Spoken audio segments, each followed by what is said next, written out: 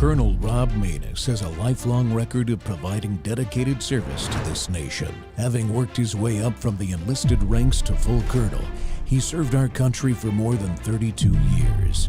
He has served as a bomber squadron commander, bomb disposal technician, Joint Chiefs of Staff Operations Officer, assisted the National Security Team with the campaign plan for the global war on terrorism. He authored the first theater nuclear war plan and served as the Vice Commander of America's largest airborne intelligence wing. Colonel Rob Maness is a true American hero.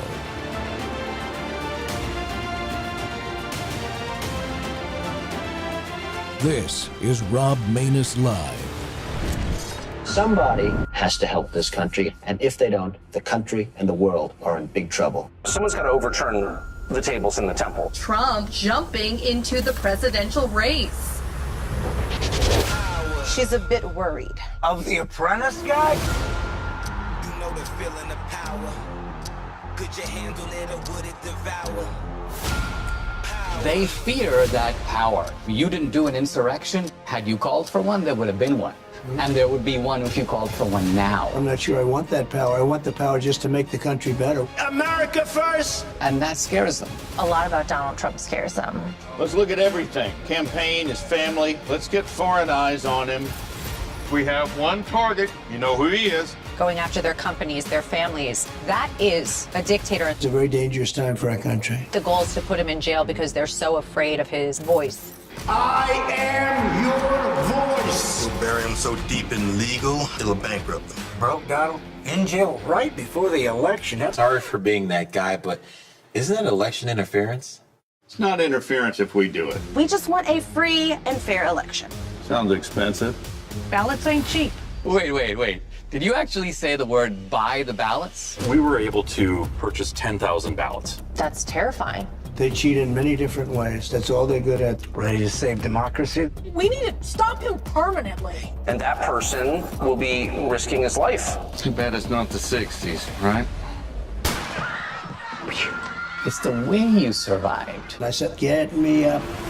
Trump has beaten back every attack against him. It's like the damn Terminator. We're going to fix our borders, and we're going to fix our elections.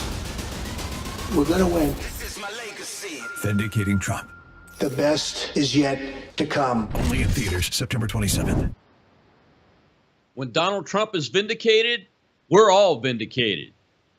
The Rob Maness Show is live on World YouTube and our X Spaces simulcast. Well, Donald Trump seems poised to win the 2024 presidential race and is undoubtedly the most recognizable and impactful American to stand in the political arena in over 60 years, in my opinion.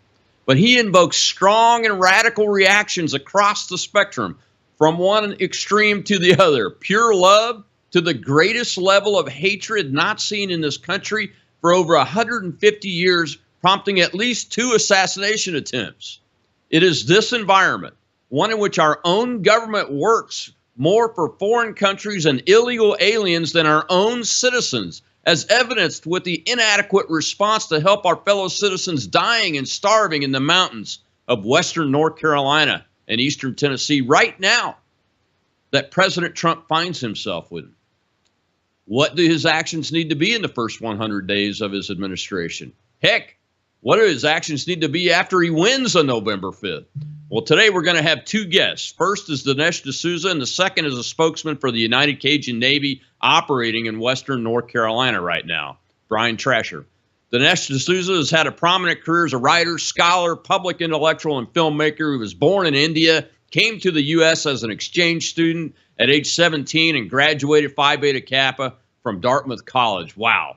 He's authored many best-selling books, including America, The Big Lie, Death of a Nation, and the United States of Socialism. He's also the creator of 3 of the top 10 highest-grossing political documentary movies ever made, including the movie and book we're discussing today. And I've talked to many of his past works on this show. And this book is Vindicating Trump, What Trump Should Do in His First 100 Days. Dinesh, sir, welcome back to the Rob Maness Show. We appreciate you giving us some time. Thank you. I'm delighted to join you. Well, I guess the first question I've got to ask, sir, is what did you find, and we've talked about Mr. Trump several times over the last 10 years as he's become president, run for president, and with all of the other things going on. But what is it about him that is driving people crazy enough to do things like this? There are a number of ways to answer that question, but here's a good way to start. Let's think about the iconic scene, which we all know, and it's in the film, Trump coming down the escalator in 2015 to announce that he's running for president. Now, the way I interpret that scene is as follows. At the top of the escalator, you've got all the cultural elites. You have Ellen DeGeneres and Oprah Winfrey and all the Hollywood people, and all of them love Trump and they want to be seen with Trump, photographed with Trump. But then Trump does something very significant. He gets on the escalator and he goes down. He descends. He descends where? Well, at the bottom of the escalator, I kind of envision the ordinary American, the forgotten American, the people who have been screwed over and ignored by both parties and their jobs have been traded away. And Trump is not one of them, and yet he takes up their cause. And so they become really very loyal to him, very grateful to him, and very attached to him. Meanwhile, the cultural elites at the top of the escalator see Trump as having sold them out. Wait, where are you going? Why are you joining those pitchfork people down there and taking up their cause against us? So I think in a little nutshell right here, in a single image, you can see why the same people who were so devoted to Trump and celebrated Trump turned so hatefully and viciously against him. Yeah, I was on the stage sitting behind him in Fayetteville, North Carolina at the Veterans Town Hall last Friday in a room full of about 5,000 active duty soldiers, veterans, their families, some Gold Star families. And it's amazing the relationship that he has when he walks into the room, the relationship he has almost instantly with the audience. And we're all we're blue-collar people, most of us, that are in that room that have served the country or are serving the country. And it was absolute pandemonium when he says something like, we're going to rename Fort Bragg back to Fort Bragg. Absolute pandemonium. Every time he said it 3 or 4 times during his talk there. But when he answers questions from the folks in the audience, he looks at them, he makes eye contact with them, he stays around for a few minutes to shake hands. It's a very personable person that's comfortable with that audience. So I think you called it exactly right, Dinesh, at the bottom of the escalator. What should we expect when he wins? Because I think he's going to win. Yeah, well, the book and the film both are called Vindicating Trump. And by the way, the movie website is vindicatingtrump.com. You can kind of plug in your city or your town. It'll tell you where the movie's playing. It's toward the end of the theatrical run. It'll soon be in streaming and other formats. But the book makes the case for Trump. It doesn't sort of lay out what he's going to do, partly because I'm trying to help get him across the finish line. I'm trying to not only sort of rally and inspire Trumpsters, but convince wavering Republicans. As you know, there are Republicans and certainly some independents, and they say things like this. They'll say, well, I don't really like the guy, but I like his policies. Or he needs to keep his mouth shut. Or Dinesh, you gotta tell him to stop tweeting like that. So you've got this constituency in the Republican side that is trying to, they want a new and different Trump. They want to remake Trump in some way. They want Trump to sort of be in their own image. And the argument of my film and book is no, we don't need to remake Trump. We need to remake our understanding of Trump. I defend Trump as is. I argue that for the crisis in which the country now finds itself, Trump is not only the best guy, he's actually the only guy. No other Republican that I know could have survived 2 criminal charges, let alone 91. No other Republican, or really no one else that I can think of alive, would respond to 2 assassination attempts in the way that Trump did. So this is a man of singular courage and singular character. And that's the thrust of the book, is to show why he is well suited to take the helm starting in the beginning of next year. Why does this constituency of Republicans still feel this way after all these years and all of the attacks on this man and his family? He's almost been assassinated twice now, once even hit by a bullet, as we all know, in spite of what the FBI likes to say. But why do they still not get it? What can we say to them to help them get it? So here's what I think is going on. You remember, in fact, before I came to America, I would mainly be exposed to America through movies, and one of my favorite genres was the Western. And I realized that all the Westerns, great as they are, have sort of the same plot. Right? Now, I don't have to go into the plot, but you kind of know the plot. It's a peaceful town. Things are going okay. There's an old sheriff. Now, think of the old sheriff as represented by the old GOP, the GOP establishment, right? But then some ruthless gangsters come in. This is the left. This is the Democrats. They start shooting up the place. They take over the saloon and the provision store. And then over the mountain comes a newcomer, an outsider. And that's Trump. And here's the point. That somehow the townspeople are not sure about this guy. They like his background is kind of shady. We don't know if we can trust him. The old sheriff is like, well, what? My trusty old rifle should be enough to deal with the gangsters. The townspeople, in a way, deep down, they know that they are not up to the threat that these gangsters pose. That the outsider is really their only hope. And so you'd think they'd all rally behind him, but no. If you've seen movies like High Noon, they do everything they can to undermine the outsider. They do everything to tell the outsider, you need to leave town, you need to go away, we'll handle this ourselves. So right here, you get a window into the psychology. Weak people who don't know how to fight themselves are mysteriously resistant to an 800-pound gorilla who knows how to fight, is kind of a bully's bully, and basically knows how to handle this, has proven that he does, and yet they're like, well, he needs to learn to fight like us. Well, if he fought like you, he'd be in the same whimpering, miserable position that you're in.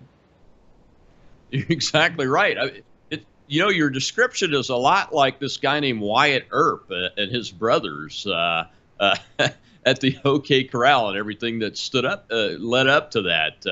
I hadn't really put a name to it, but that's exactly what's happening. And he needs to bring people in once we get him to the finish line that think and will fight the same way, right? Absolutely. Number one, we have to start doing to them what they've been doing to us. That's actually the best way to get them to stop. You remember when Elon Musk for one day banned a bunch of leftist journalists on Twitter? The same people who had been advocating censorship for years suddenly start talking about what's all our free speech, quoting John Stuart Mill. As soon as their rights are threatened, they immediately discover the virtues of the Bill of Rights. The other point is that I think Trump needs to bring in some operators who are bureaucratic infighters and know how to take a blowtorch to institutions like the FBI, the CIA. Draining the swamp really means draining these institutions from the bottom up, fumigating the place. So it's not enough just to swap out a couple of people at the top, because the incentive structure going all the way down has become perverted. So there's a great job to be done ahead. The good news is I think Trump, when he came in the first time, he was an outsider. Understandably, I think he knew that certain institutions had been corrupted. I don't think he knew the FBI had been corrupted, or the CIA, or even certain parts of the military. I think he thought he could trust the people in the white coats, the people at the CDC or the National Institutes for Health. So Trump has learned a lot, as we all have, that this corruption goes far deeper than we previously thought. And so more drastic remedies are needed to clean it out. I like the way you put that. He's got to have people that are familiar with both politics and government that are disruptors of the bureaucracy and are willing to do that and have learned how to do that over time, in addition to outsiders totally coming in, maybe from, like Elon Musk and those kind of things. But it's very exciting to think about it. If we can get him across the finish line, what kind of feedback are you getting from the folks that see the movie as to how we can help get this job done, Dinesh?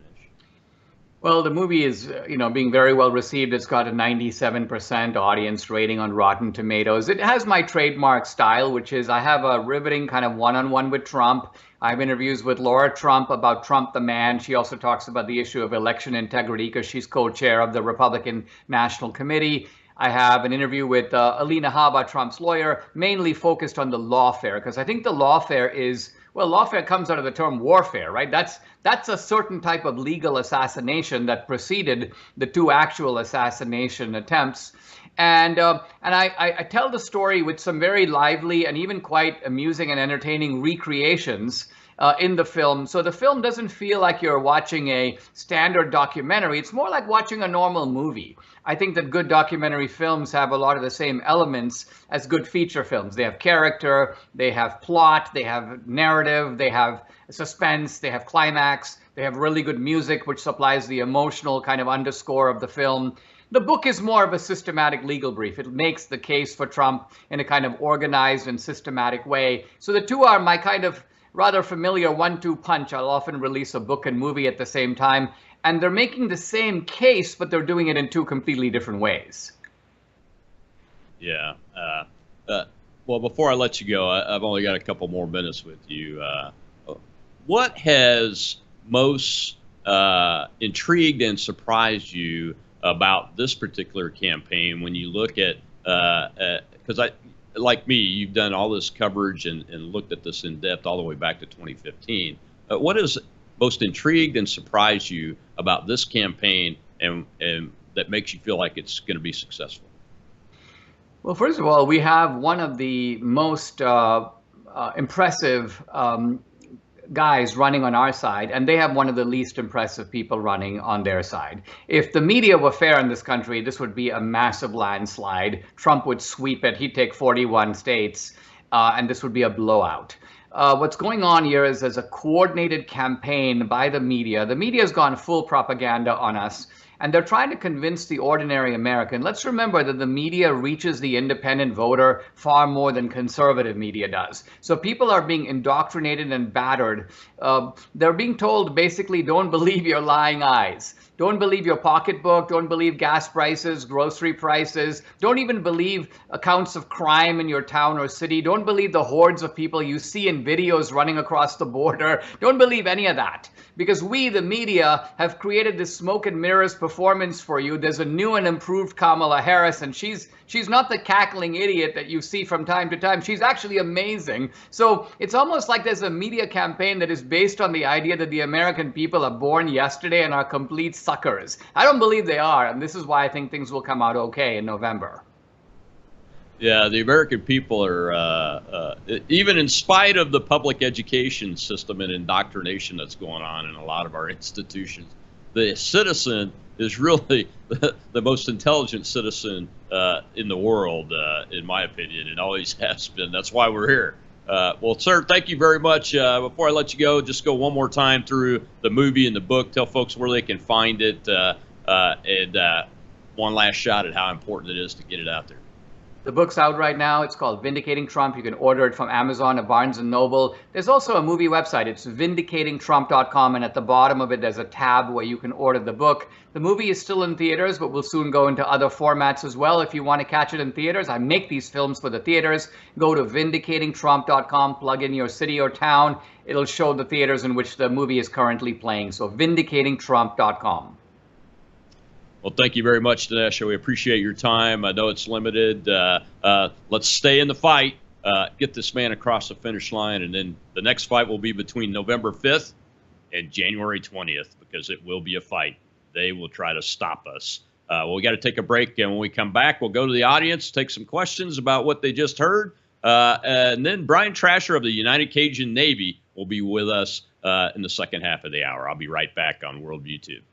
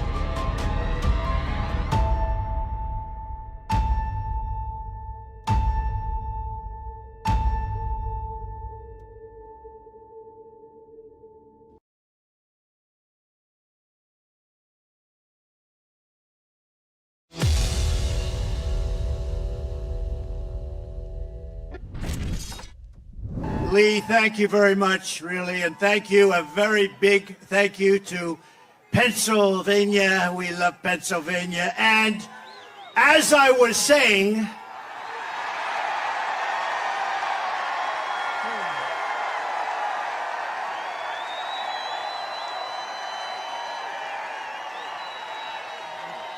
oh, I love that. I love that chart. I love that graph. Welcome back to the Rob Maness Show on Worldview YouTube, and it's Training Tuesday. We just left Dinesh D'Souza talking about his new book and movie, Vindicating Trump, which, folks, you got to get out there and go see that movie. I've seen all of Dinesh's movies in the movie theater, so if you get an opportunity to see it in the theaters, he gave you the website there in that first segment about that. And Donald Trump couldn't have started his Butler rally, Butler, Pennsylvania rally this past Saturday any better than what he just did with the same chart that saved his life in the same position with the podium exactly where it was on July 13th during that assassination attempt. Well, welcome back, folks. And we'll go over to the audience and take some questions now from our host, Shell, over in Spaces. I see a lot of hands over there, Shell. Yes, sir. We have Lilac, sir. Hi, Colonel. Hi, Shell. So I was just curious, is anyone else besides me noticing any shenanigans lately with this presidential election, you know, like with the college students that are getting mass texts and all that? I saw that reporting on that, and that's pretty incredible because every college student in certain locations got that text, over 150,000 from what the reporting was that I saw, which troubles me greatly because if they have access to that level of list and text messaging on the in the Harris campaign, how did they get it? Especially for the Republican students. Did they go out and purchase it? Is it for sale? Did these universities sell their students' contact information through cell phones and those kind of things? So that's the kind of thing that really should give us pause. And look, it's October. There's going to be more October surprises. And the RNC and the campaign's attorneys in those states really should be looking at filing lawsuits to get into discovery now to find out how that Harris campaign managed to get those. That's my opinion. Your thoughts? I agree. Well, thank you. Next question, Shell. We have Conservative MAGA, sir. Thank you very much, Shell, for having me speak. Thank you, Colonel Rob, for hosting it. It's a pleasure speaking to Dinesh. I love all his work, and I can't wait to see the movie. I have not seen the movie yet, but question. I have friends, and I can't believe they're still friends, but I do consider them friends. I don't know what more I can say. I do deliver facts and things I learn about pros and cons against the Harris campaign and stuff like that. But what's the one message you might say to somebody that you might think you have on the cusp of getting him to switch over to, I call it the good side versus the evil side. And some of them are just really, I don't know where they're coming up with. They're listening to the legacy media. I'm just trying to figure out one thing I can say to them that might turn the trigger for them to maybe think a little bit harder. Yeah, that's a great question. One of the things that we hear a lot on the veterans side is the suckers and losers comment that was absolutely debunked and not true by something like 27 eyewitnesses. And even the messaging they use around that, using retired Marine Corps General John Kelly, that was Trump's chief of staff, is incorrect because Kelly never said he heard it. He just was commenting on that if it was true, how bad that would be. But the President of the United States, I saw it firsthand. I've seen it many times. I saw it firsthand, his love for the American veteran, folks in the U.S. Armed Forces and their families. Last Friday night, it was an up close and personal 5,000 people in a very small arena. And it was absolutely impressive to be able to observe him interacting with us and with the folks out in the audience. I was sitting on the stage up behind him with some of my colleagues, and it was incredible because that's the truth. And that's what I would tell them, conservative MAGA, is go seek out the ground truth. Look, we're not making this stuff up. The people that have interacted with this man are not making it up.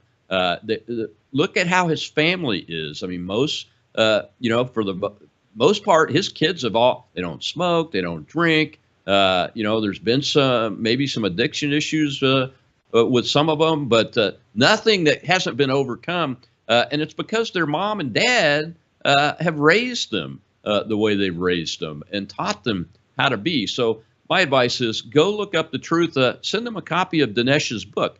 His book that he's just put out that goes with the movie, as he said, it lays out the case for Donald Trump as opposed to trying to push back even against Kamala Harris as much of a airhead. I'll just say it. She's an airhead.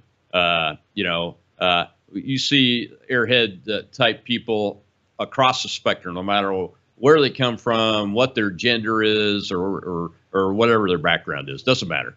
And you can't have somebody like that leading the United States of America in a crisis like this. And that's probably the best case for Trump. And that's what Dinesh lays out in that book, is that we have got to have a commander-in-chief that can put down these wars, stare down these dictators, and put them back in their corners so that they're peaceful people and they're not trying to kill their neighbors or us and those kind of things. And at the same time, handle terrorists, handle crisis like what you're seeing with Hurricane Helena, what Milton is coming up. Hurricane Milton's coming up, aimed right at Florida, Category 5.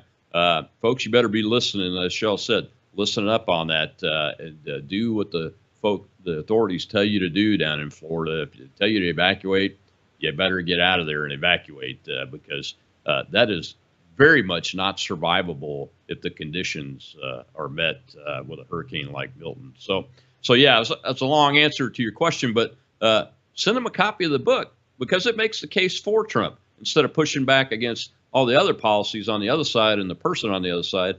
Be positive. Tell them about this man and what he really is like instead of what the propaganda media is like. Let's take one more before we go to this commercial break and bring the United Cajun Navy, Brian Trasher. We have Matt, sir. Colonel, how many persuadable people do you think there are left as far as a percentage of the electorate goes? I mean, we all of us in this room can probably think of people on an individual level, but I'm kind of pessimistic in the sense that I don't know how many people are persuadable at this point, because you either like one candidate and you don't like the other and vice versa because of the name ID of both and the reputations or lack thereof in Kamala's case that they have. Yeah, that's a great concern. It's a concern that we ought to be looking at and focus as we come into November 5th, getting more people to the polls. I mentioned in the pre-show that I went to early vote, like I've been telling people to do. And folks, you need to go early vote and then take 10 people with you every day. Get 10 more people to go vote and then do the same thing on Election Day so that we make this thing too big to rig. But there is some number that are still persuadable. You can't go on polling as much as we used to think polling was accurate, but the polls are settling down post Harris being inserted into this race. And Mr. Trump looks taking solid 2 to 3 point leads in the swing states. We think that we're seeing the activity from the campaign on the Harris side that actually indicates that her internal polls are in the tank in the battleground and swing states, and that's where we've got to focus. Look, I'm the chairman of a PAC called Gator PAC, and it's Veterans Leadership Fund. We have invested $50,000 in ballot chase operations in Pennsylvania itself because that's a key state. So there are people persuadable. The polls kind of indicate that because the numbers are coming back to Trump. But the independents are out there. And as with anything else, this race is going to come down to the independents. Just a swing of 3 points is going to give them an electoral college landslide. We got to take a break. When we come back, we'll talk with Brian Trasher of the United Cajun Navy. They've been working out of Hickory, North Carolina this whole time almost, and they've done some amazing work. I want to get the word out and tell their story. We'll be right back on the Rob Maness Show on Worldview Tube and our X Spaces simulcast.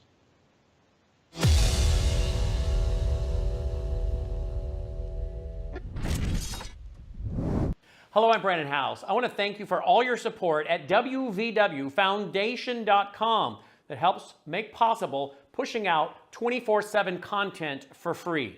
Without your support, we'd have to put it all behind a paywall. But thanks to you and your support through our foundation, we're able to push it out for free as a broadcast service and broadcast ministry of WVW Foundation.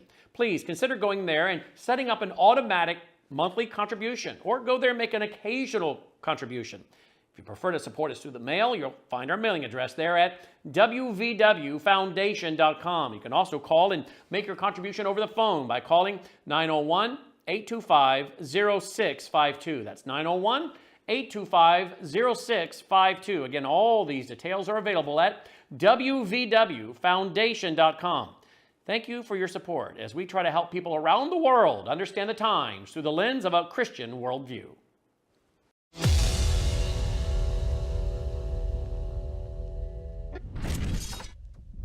United Cajun Navy has at least 30 different aircraft, from helicopters to fixed wing aircraft here in the area, and they are delivering supplies here from Hickory to Black Mountain. They were in Wilmington during Hurricane Florence in 2018, and now they're back delivering supplies in North Carolina. From the air, the source of the destruction from Hurricane Helene is evident. Lakes and rivers are swollen, and people are desperate for help. And we started, like everybody else, seeing the visuals coming out of all the devastation, roads being washed out, people being trapped. So we quickly diverted some assets up here. The United Cajun Navy out of Louisiana, a nonprofit specializing in delivering supplies and doing search and rescues, was pre-positioned in Pensacola, Florida for Hurricane Helene, but Western North Carolina quickly popped up on their radar as a place in need. It's just really heartwarming that we put out the call and so many pilots showed up. Volunteer pilots dedicating their time away from work and their families to give to people they've never met. They need, medicines, they need baby formula, they need diapers, and we actually help use our helicopters to deliver the medicines to nursing facilities where those people really can't go a couple days without their medicines. They could potentially die. They respond to so many different calls. We've had so many gut-wrenching support tickets come in, people that are, missing loved ones, and then we get tickets from people who actually were able to get a signal, get a message out. This deployment is a little different because more than 24 Starlink units were donated to the United Cajun Navy. They'll deliver the satellite systems that provide high-speed internet to remote locations to help people connect with their loved ones. You're going to see the missing persons number come down as people start to get in contact with their families, because they're not really missing, they're just incommunicado. Connecting communities from a place they never thought they'd be to the place they'll become once again. I think they're going to be fine. We're just going to have to get through this so they can rebuild. Welcome back to the Rob Maness Show on Worldview Tube and our X Spaces simulcast, and we're live here on Training Tuesday, and a great first half of the show. And now we want to welcome our second guest, and my friend and colleague Brian Trasher of the United Cajun Navy. Brian, welcome to the Rob Maness Show. It's been a long time.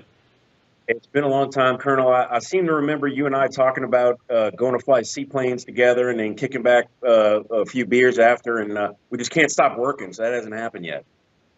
I know. It's still on my dream board, though. A little seaplane. Right.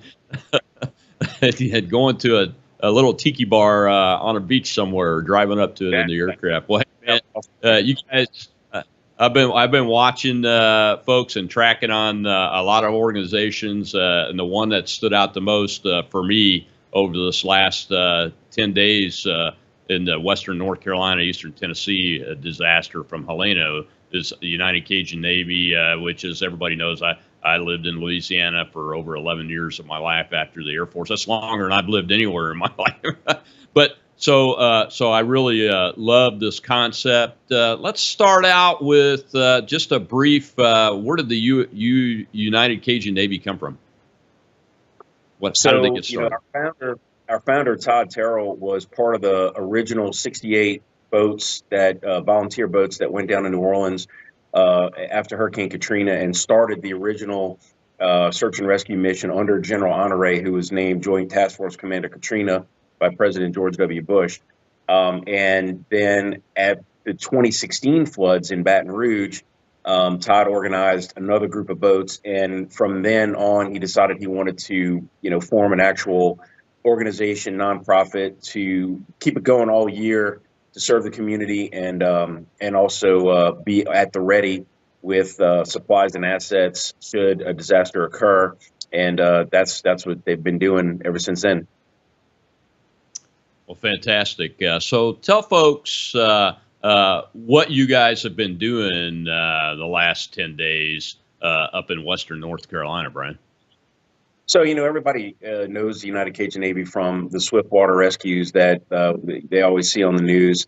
And but we've grown into such a bigger organization. We do a lot of logistics. We have 4 warehouses now. We own several 18-wheelers, including refrigerated trucks. We have a lot of different types of vehicles and things like that we deploy. But when it comes to an actual field deployment, like in North Carolina, and backing up just a little bit, we were actually in D.C. when Helene was approaching. We're at FEMA headquarters in the Incident Command Center, and they were on a level 1 activation. They invited us up to come sit in on all the calls. And so we knew what was coming, and it passed through Florida and did a lot of devastation. But, Florida's Florida. They're used to it. They didn't have they didn't have a flooding event, and a lot of the search and rescue that was needed was being handled by locals. But we started to see what was going on in North Carolina, and we quickly started diverting assets to East Tennessee, East Georgia, and Western North Carolina. And Colonel, when I got there, it was just crazy. It was a different type of deployment for us because, we're swamp guys, we're boat guys, and this topography in the mountains was we decided very quickly that we had to launch a massive air operation. So we started recruiting pilots. As you know, like you, I'm a fixed wing pilot, and but we had to recruit a bunch of helicopters, and so we posted up at Hickory Airport, which is like I guess if you were driving, maybe a couple hours outside of Asheville, North Carolina. But it's probably like a 40-minute helicopter flight, cruising along at a mean 90 knots in one of those little Ravens. But nevertheless, we were doing that, going into the field with supplies, evacing people on the way back, and just back and forth. And we grew to an operation of over 100 aircraft combined, flying in supplies and evacing people out. Wow, that's impressive. So as you guys were flying into these higher elevation areas where the towns and villages get built down into down by the creeks and rivers down in the valleys, and then you have folks that are building houses up literally on mountaintops in the Appalachians, there, the Great Smoky Mountains and everything. What were you seeing? Can you describe it for folks? Because y'all were some of the earliest people on the ground and in the air, low altitude. True, yeah. So at those structures and houses that you mentioned, like that are kind of up on the mountains and up on the bluffs and all that, had a lot of, you could see like wind damage and debris and stuff, but it was down in the valleys.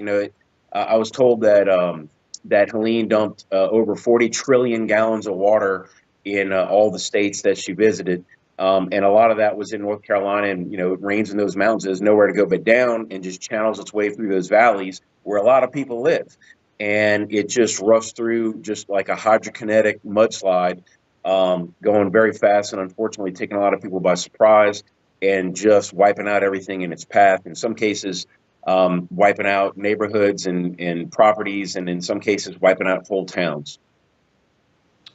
Yeah, we hear a lot about potential fatalities because one story I heard yesterday is that at one church there were like either 40 to 60 people sheltering in the church, and it got wiped out and everything.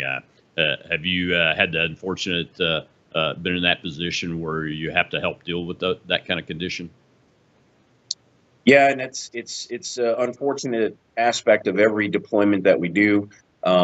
Whenever you have an area where people weren't expecting things to be as bad as they became, or in the case of Western North Carolina, where they weren't expecting it at all, I don't think anybody could have predicted what was going to happen there. People get caught by surprise, and unfortunately, there's a lot of loss of life. And we're starting to kind of see now what the numbers actually are. I'm told by some SAR teams that it could take as long as months to dig out all the remains of people who were washed out in the lowest and muddiest areas.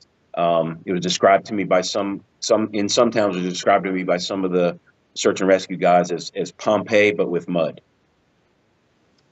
Yeah, I mean, when you have a massive flood coming downhill like that, gravity pretty much deposits things in certain areas that are identifiable because it's happened over thousands of years. Is that the case where it's just so much debris and wreckage that it's just going to have to be dug through over time? Yeah, and water came up and back down, so that means that some remains of humans and animals ended up in trees and brush and on rooftops, and then the ones that were at ground level, or at least the AGL ground level, was unfortunately got buried under, which is essentially a mudslide, but a channeled mudslide, I guess a focused mudslide. It's something that I never really had to describe before. But one of the, I guess, bright spots, if you want to call it that, is that there were so many missing person cases that were coming in. Because in this day and age with cell phones and text messaging, we're used to hearing from our loved ones several times a day maybe. But when it gets to be like 12, 14, 16 hours and somebody's in the danger zone and you're not hearing from them, people get really frantic and they start reporting them as missing. As we were able to start delivering the Starlinks out into the field, that started having a tremendous impact, because not only were you getting the emergency responders out in those little towns like Swananoa and Black Mountain and Burnsville and all that, and all those police and fire online, but you're getting people online, and they were able to finally contact their loved ones after several days of blackout to tell them, hey, we're okay. And so you started seeing that missing person number come down to a more, probably what's going to be closer to a realistic level. What do you think it will be in the end, based on your observation of that phenomenon? I was talking about it yesterday with somebody else that's in Sinanoa. Yeah, I mean, I've heard that the temporary morgues that they have set up, have at least close to 1,000. I heard 1,000 unidentified, but I don't know if that was like a cumulative number or that's just the amount that they have unidentified. It could just been the way the person described it. But it's going to take some time to go through and try to identify everybody and then start matching it up with the missing persons list. I'm hoping that it doesn't grow any more than that. But any guess at a number would be pure speculation. Yeah. Well, you guys obviously have an established relationship with FEMA. How we're hearing a lot of stories, which we always hear stories because and they're factual quite often, but in large part because you have an established relationship with FEMA, it gets to my next question, which is are you guys experiencing any difficulties through the federal government or local authorities because you were there early on? Yeah. Because I think I'm guessing that we didn't get any real resistance. I'm guessing that's because of our existing relationship with FEMA and the National Guard. Not that we had any kind of special express permission to do anything that anybody else was doing, but just that they know who we are. So when they saw us and they saw our logo, they didn't have to ask what we were doing. That's a guess.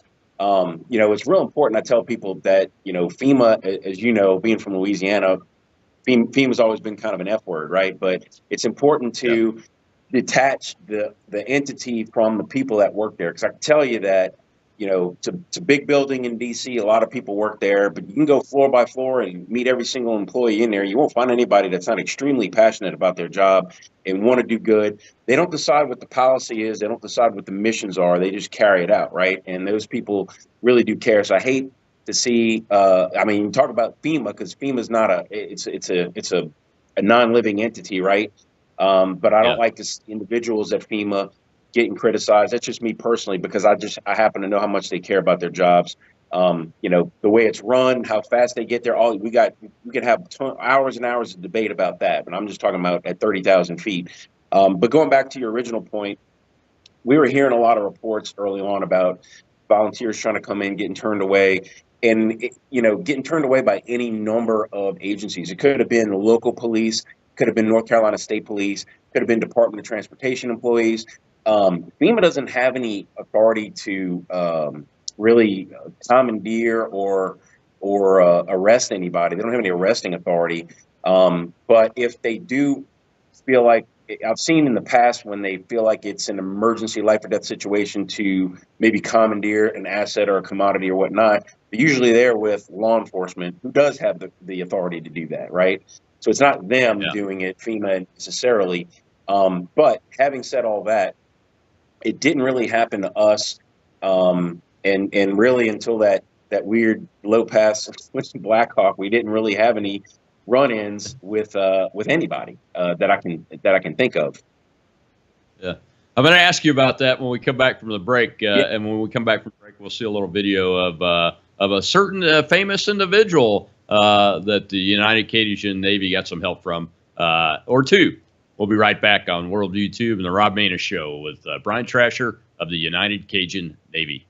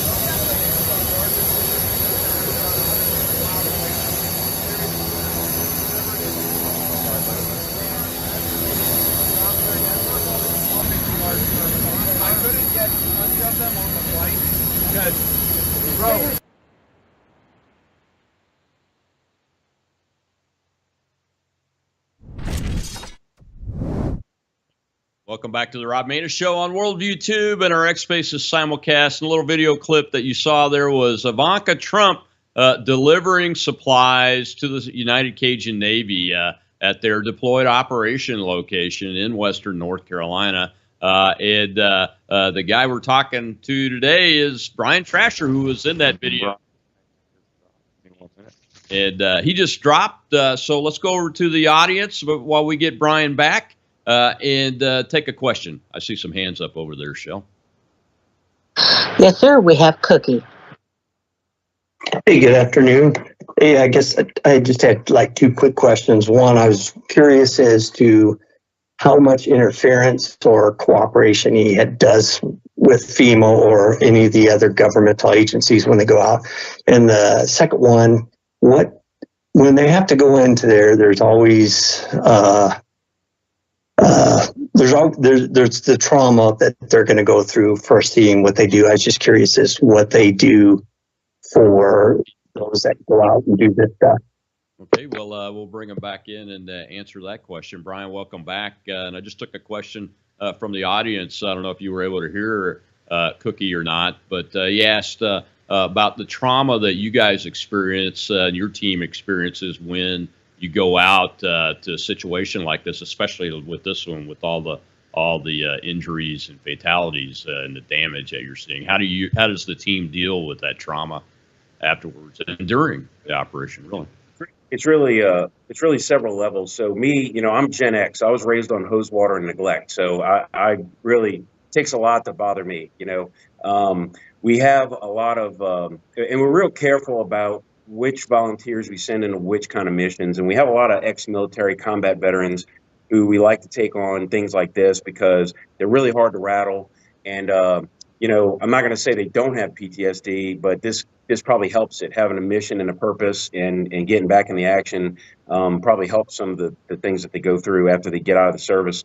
But yeah, we're real careful not to bring people into situations that we don't think they can handle. But I'm not going to say that there aren't things that I've seen on deployment that haven't stuck with me that I don't see every night before I go to bed. But again, just, I think my generation just has an overall lack of emotion that's been beneficial for this job. Yeah. I'm at the very beginning of that generation, in my opinion. So I hear you. Water hoses, get kicked out of the house till sundown. It's the way my brothers and I were raised. Street lights came on. Yeah, even when we lived in North Africa, my mom would still kick us out. Go explore those old German bunkers and shore battery installations, boys. Don't come home till dark. Well, so I showed the clip of Ivanka Trump delivering supplies. Tell me the story, and more importantly, how that happened. Yeah, so we hooked up with, if anybody's familiar with the Y'all Squad, Ryan Hall Y'all, Chris Hall Y'all. They're on Twitter. Deshaun Hendricks, all these guys that are all pals with Reed Timmer, who's a popular storm chaser meteorologist on social media.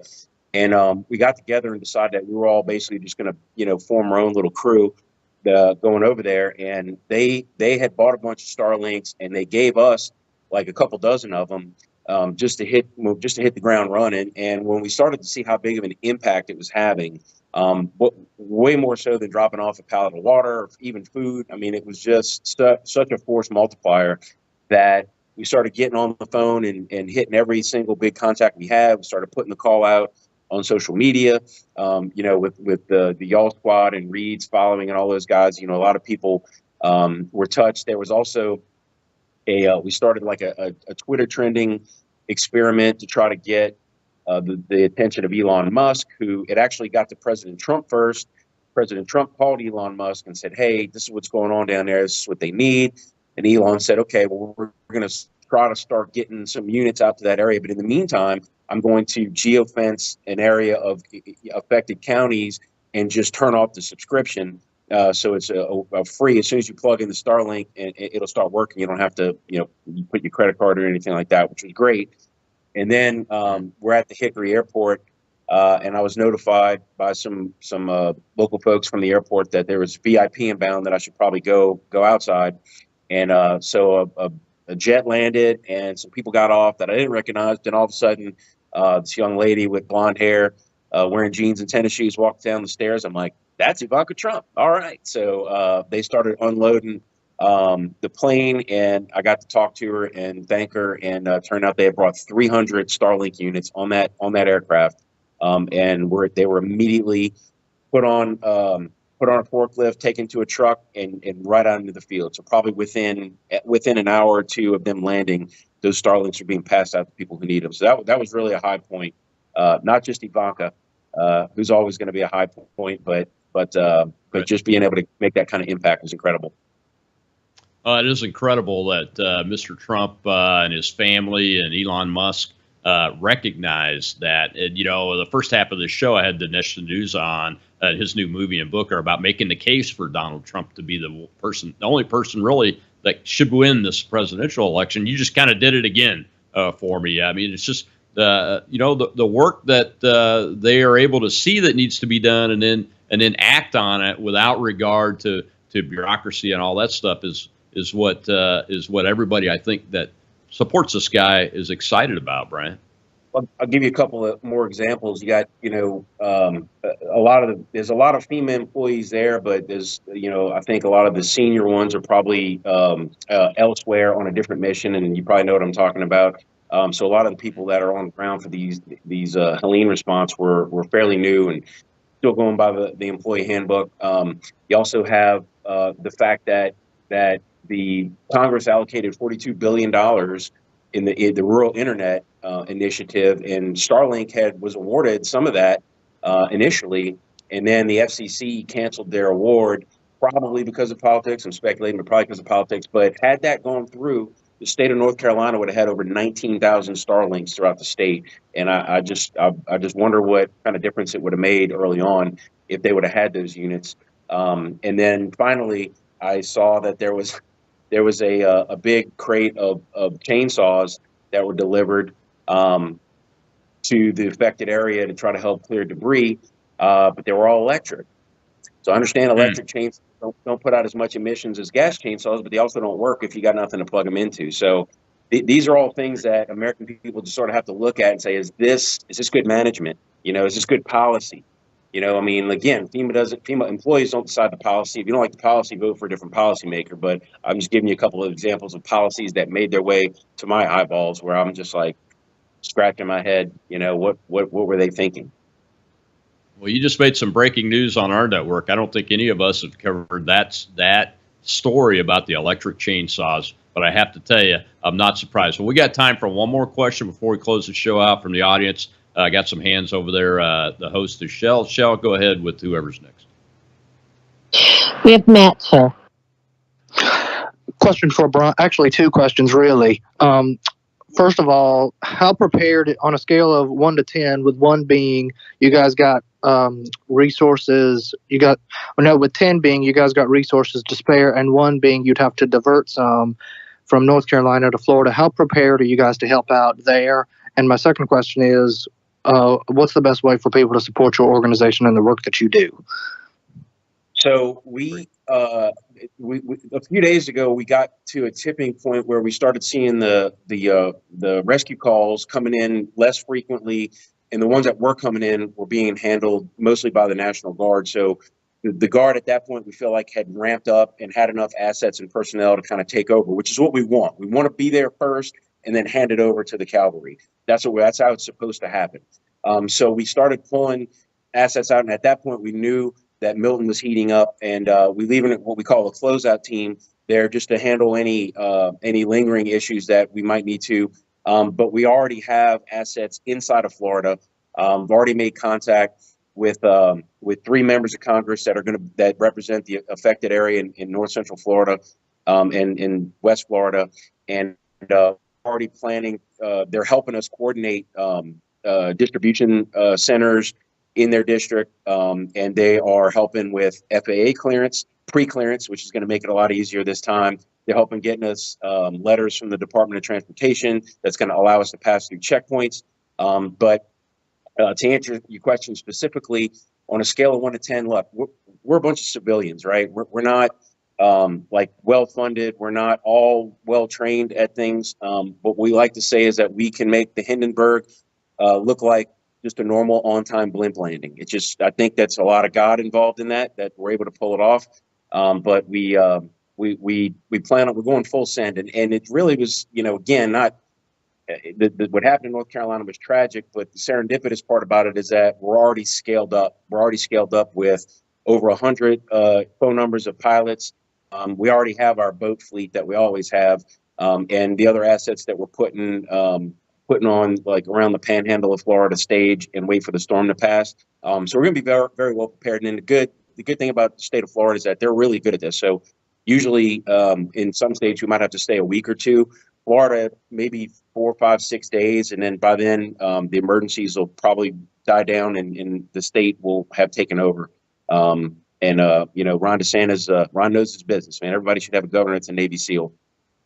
He does, man. Well, thank you, Brian. I appreciate it. You guys stay safe out there. You got my number. If I can do anything to help, please give me a call. And Keep doing what you're doing. God bless you guys. We're praying for you. And tomorrow is Whistleblower Wednesday. You're going to hear it here first because former Army Lieutenant Colonel Brad Miller is with us. You'll know him from the Declaration of Military Accountability over the COVID vaccine. Well, there's been a whistleblowing event and reporting on remdesivir and how dangerous it really is and how it's hurt and killed people. And we're going to be talking to Brad and Dr. Chrisanna Shackelford tomorrow, who is an expert in this field about that reporting. So come back tomorrow on Worldview 2 and the Rob Maness Show.